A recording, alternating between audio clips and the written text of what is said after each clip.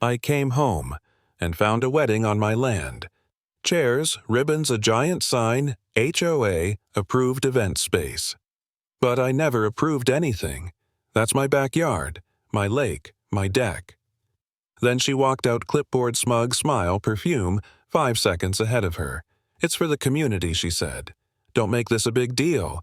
No warning, no permission. So I smiled back, because she had no idea what that deck could do. But she was about to find out. I'm not rich. I don't come from money.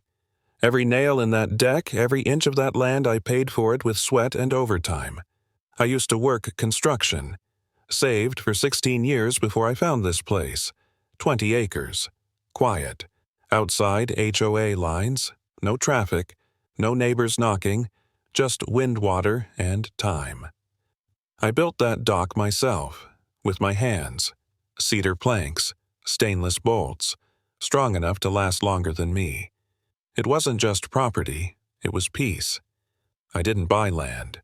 I bought silence, until she took it without asking, and that silence is what she broke first.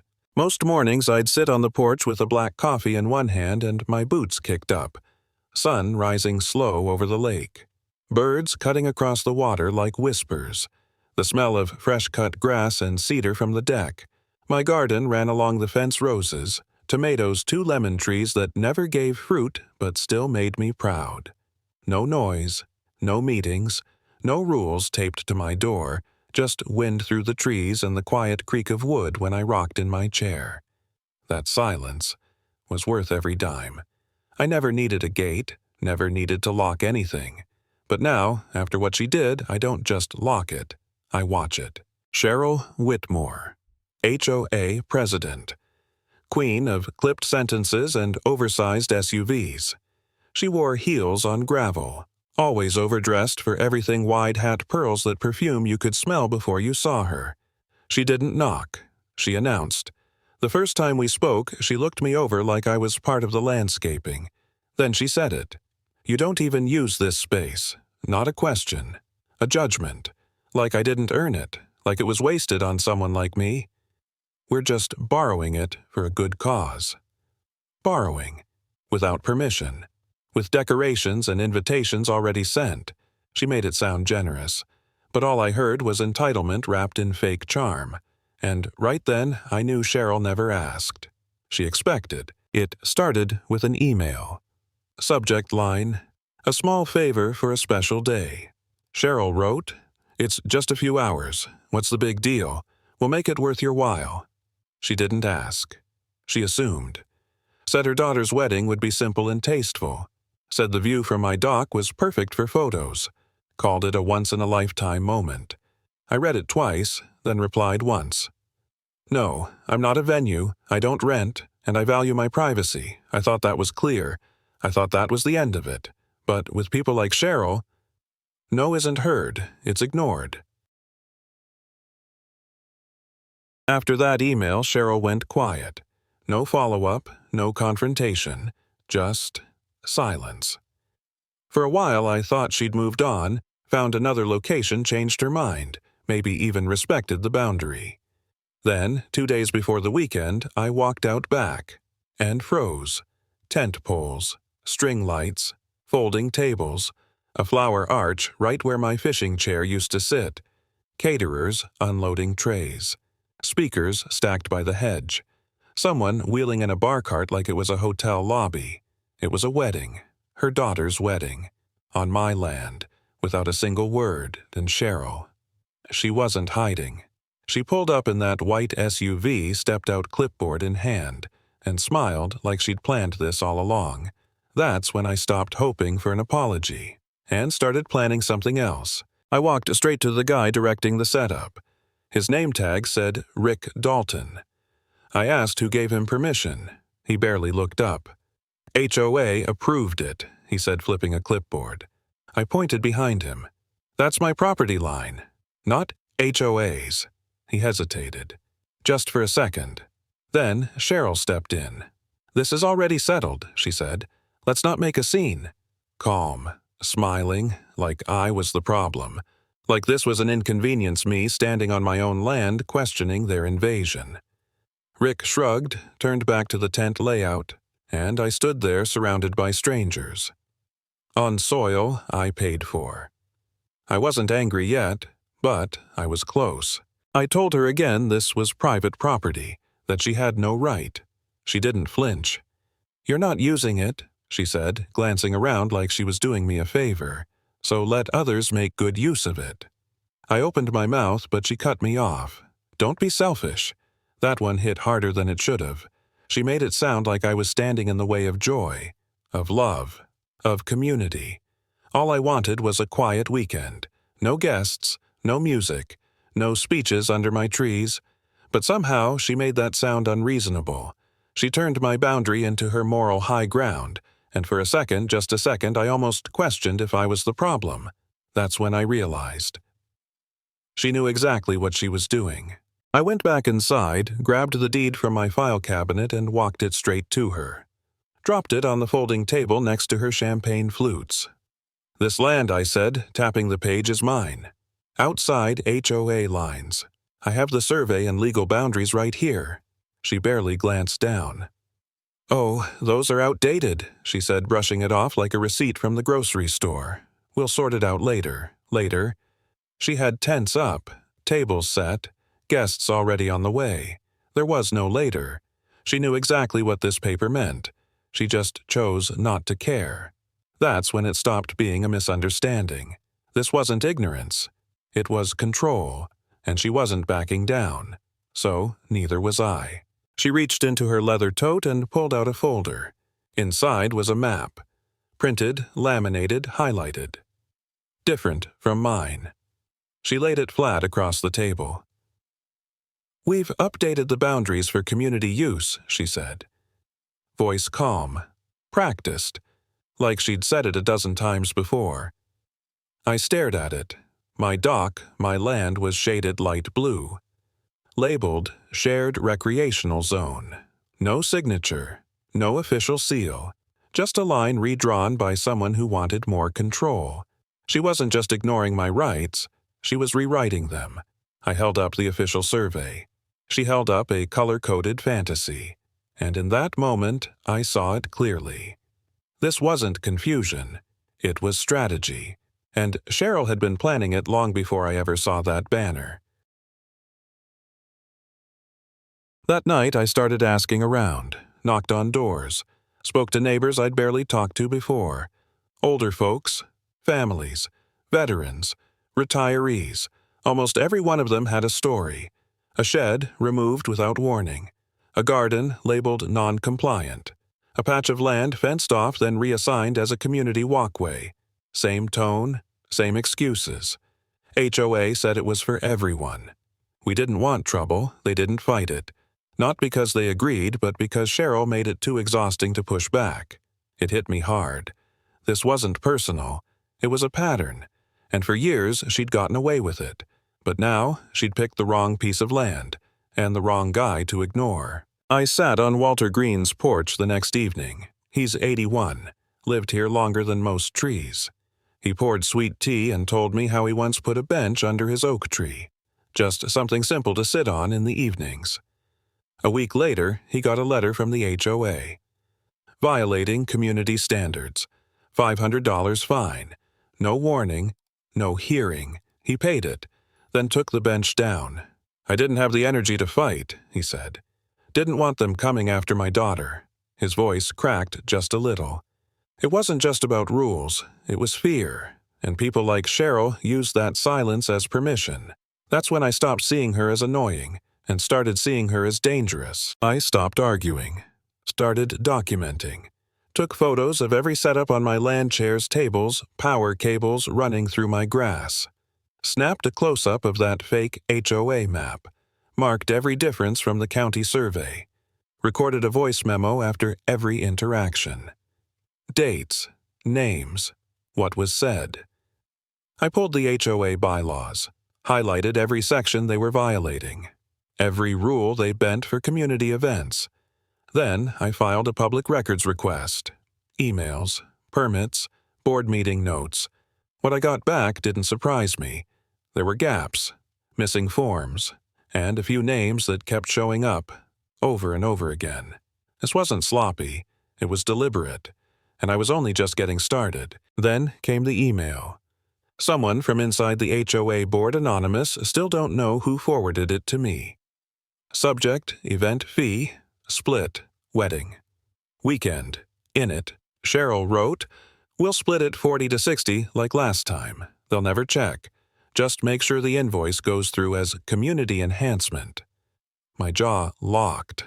She wasn't just arrogant. She was cashing in, taking private land, calling it community use, and pocketing the money behind the HOA's back. The worst part, this wasn't her first time, like last time. How many times had she done this? How many neighbors had lost land? While Cheryl collected checks, this wasn't about flowers or vows anymore, it was fraud, and she was about to learn what real exposure feels like. I checked the footage from my trail cam. I'd mounted it months ago to track deer along the tree line, never thought it'd catch a crime. There she was, Cheryl, in heels and sunglasses standing with Rick Dalton near the dock. Her voice was clear. "Just set it up, I'll handle the paperwork." Rick hesitated. "You sure?" She waved him off. "If anyone asks, say it's HOA approved. They won't check, no hesitation, no doubt, like she'd done it 100 times before." That clip changed everything. It wasn't just hearsay now, it was proof. She gave the green light. On camera. On my land. With zero authority. She thought no one was watching, but I was. And now, so would everyone else. I thought the trail cam clip was strong, but what I found next sealed everything. One of the caterers, probably unaware, left a wedding invitation tucked under a chair leg. I picked it up. Cream-colored. Embossed in gold. "You are cordially invited to the wedding of Charlotte Whitmore." And there, it was my full address. Street lot, number, even Lakeview Dock, printed at the bottom. No mention of HOA, no disclaimer. Just my property listed as the venue. I scanned it, filmed it, overlaid it on a screenshot of my deed. Now, Cheryl wasn't just trespassing. She'd advertised my land, used it to sell an event, with guests, with vendors, with profit. This was no misunderstanding. It was premeditated, public, and undeniable. I needed something official, so I drove straight to the county planning office, took a number, waited in line, explained everything. The clerk didn't blink, typed a few things, printed a large format map, stamped it, dated it, signed it. She circled my property in red ink. "Outside HOA jurisdiction," she said. "Always has been. The land, the dock, the lake frontage, every inch legally mine outside their reach. No overlays, no reassignments, no exceptions." She handed me a certified copy. I stood there holding it like a shield. It was quiet, but I could feel the shift. This wasn't just emotional anymore. It was legal, concrete, unshakable. The lies were cracking, and I was ready to bring the whole thing down. I spent the next morning printing. Color copies, stapled, highlighted, indexed, trail cam footage screenshots, HOA bylaws, the wedding invite with my address, the leaked email, the certified county map front and center. I didn't just make one binder, I made 10, every page punched with calm precision, no emotion, just facts. By the time I was done, my living room looked like a courtroom exhibit. I slid everything into a canvas bag, zipped it up, and stared out the window. HOA meeting at 6 p.m. Community Hall. Cheryl would be there. So would Rick, and most of the board. I wasn't walking in to ask. I was walking in to end this, and when I walked out, they'd never forget my name. The room was full, folding chairs packed, neighbors murmuring, arms crossed. Cheryl stood at the front in a powder blue blazer, calm, poised, clipboard in hand. "Thank you all for coming," she began. Everything was done by the book. My stomach turned. There's been some confusion about our recent community event, she continued. Let me be clear, we're just looking out for the good of everyone. That line hit like nails on glass. I glanced around. Some nodded, some frowned, but most looked tired, like they'd heard it all before. She smiled like a saint. Behind her, Rick stood still, eyes lowered. She thought her speech was airtight, another smooth cover-up sealed with charm. But she didn't know what I had in my bag. Not tonight, not this time. I stood, walked slowly to the front, plugged in the projector. No speech, no build-up, just click. First, slide the wedding invitation. My address. Next, the HOA map overlaid with the certified county map. The red line spoke louder than I ever could. Then the video. Cheryl's voice on trail cam. Just set it up, I'll handle the paperwork. Gasps, a few murmurs. Cheryl stiffened. I turned to her. Still by the book. She stammered. This is a misunderstanding. You're attacking me personally. No one flinched. She looked for allies. Rick looked away. Her voice cracked desperate now. You're twisting everything, but the room had shifted. The facts were out, and her mask finally was slipping. From the third row, Jessica, one of the newer residents, stood up, phone in hand. People need to see this, she said. She hit Go Live. Within seconds, comments started flooding in. Wait, that's Cheryl. She lied about the property. My HOA fees went to this. The room buzzed. Quiet murmurs became loud voices. She charged us to use our own land. How long has this been going on? A man in the back shouted. You fined me. $200 for a mailbox color. Jessica kept the camera steady, narrating, This is happening live. Cheryl Whitmore's caught red-handed. Cheryl tried to speak, but the words got lost, drowned in the rising wave of voices. What was once polite discomfort had turned to open outrage, and the tide was no longer in her favor. The room quieted just enough. Walter stood up. Motion to remove Cheryl Whitmore from the HOA board effective immediately. A second came fast. Jessica's voice was clear, I second. No hesitation. Hands went up one after another. A wave. I, yes. Even Rick, still pale, raised his hand. Cheryl sat frozen. No words, no arguments. Just the realization she no longer held the room or the power. The final count, unanimous. The president of the HOA was out. I didn't cheer. I didn't gloat. I just stood still watching the system, the very one she'd twisted, finally turn on her. Justice didn't shout. It voted. After the vote, people started coming up to me. One by one. No big speeches, just quiet thank yous. Jessica gave me a nod and said, You did what none of us could. Walter clapped a hand on my shoulder. You saved this neighborhood's son. Even folks I barely knew, families with strollers, older couples, new homeowners, offered a smile, a handshake, a pat on the back. No fanfare, just real, honest respect. I wasn't used to it. I'd bought that land to be left alone, but somehow by standing up for it, I'd stood up for all of them. It wasn't about the dock anymore. It was about drawing a line and holding it. And tonight, for once, the line had held.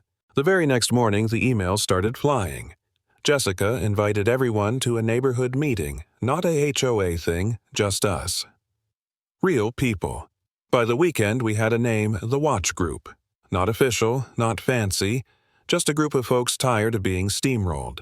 We printed flyers, set up a group chat, talked real rules, real fairness. Walter offered his garage for meetings. Sarah brought coffee. Even Rick showed up quiet this time, but present. No more silent fees, no more hidden maps, no more fear of violating standards for hanging a wind chime. For the first time, we were organizing for each other, not against. Someone asked if I'd run for the new board. I said, only if it means no one else has to deal with another Cheryl again. They laughed, but it wasn't a joke. A week later, the moving truck showed up. No wave goodbye, no farewell email. Cheryl was gone. Rumor was the HOA's finances were under audit county level. Something about misuse of community funds and unreported income. No one looked shocked. Rick kept his head down, stayed quiet. Jessica just said, she got what she deserved. No drama, no yelling, just the soft satisfaction of watching power unravel on its own. Someone took down the HOA president sign from her lawn. It wasn't vandalism, it was cleanup. Funny how fast a Range Rover can disappear when it's not parked on someone else's land. Justice didn't come with flashing lights. It came with cardboard boxes and a silence nobody missed. I built the sign myself. Sanded the wood, hand-painted every letter. It stands at the start of my drive now, right under the old oak, private property, HOA does not apply, ask before you step. It's not just a warning, it's a statement. Clear, sharp, unmistakably Southern. People slow down to read it. Some take photos. A few neighbors even asked where they could get one made. I don't smile often, but every time I pass it, I do. Not out of pride, out of peace. No more community overlays. No more just a few hours. This land has a voice now, not in legal jargon, not in HOA mailers, in wood and steel. And it says, respect lives here. I sit on the porch, coffee warm in my hand, steam curling in the morning light. Same mug, same chair, same patch of land I've always known. The birds are back. The lake's quiet. No folding chairs, no fairy lights, no HOA banners flapping in the breeze. Just cedar wood under my boots and air that doesn't feel stolen. This stillness was all I wanted from the start. No drama, no power plays. Just the space I earned, the land I tended, the calm I'd built with my own hands. It took a storm to bring it back, but now everything's where it should be. Even the silence feels sweeter. As I leaned back in the chair, the screen door creaked open behind me. Walter stepped onto the porch, 2 coffees in hand, handed me one with a grin. He took a long sip, looked out over the field and said, "Now we know who's really in charge around here." I let out a small laugh. Not cocky, just honest. He didn't mean power, not titles or meetings. He meant something simpler, someone who stood their ground when it counted. I didn't need to answer. We just sat, letting the sun rise and the land breathe again. No more fights, no more speeches, just the quiet kind of leadership, the kind that didn't ask for permission. I looked out across the dock, that old cedar still holding strong. The water was still. No lights, no noise, no one pretending they owned what wasn't theirs. I took a slow breath and said it out loud, more to myself than anyone else. Some lines shouldn't be crossed, and no board can redraw them. That line, it wasn't on a map. It was in principle, in respect. It's the space between what's yours and what someone thinks they deserve. Cheryl didn't just step over it. She stomped on it. But this land reminded her, reminded all of us. There are still places where entitlement ends and consequences begin. They said it was just the rules, that I shouldn't take it personally. But when someone redraws your boundaries, that's always personal. If you've ever been told it's not a big deal, it's for the greater good. Just go with it. Then you know how it feels. Comment below, I've been there. Because you're not alone. And the line, it's yours to draw.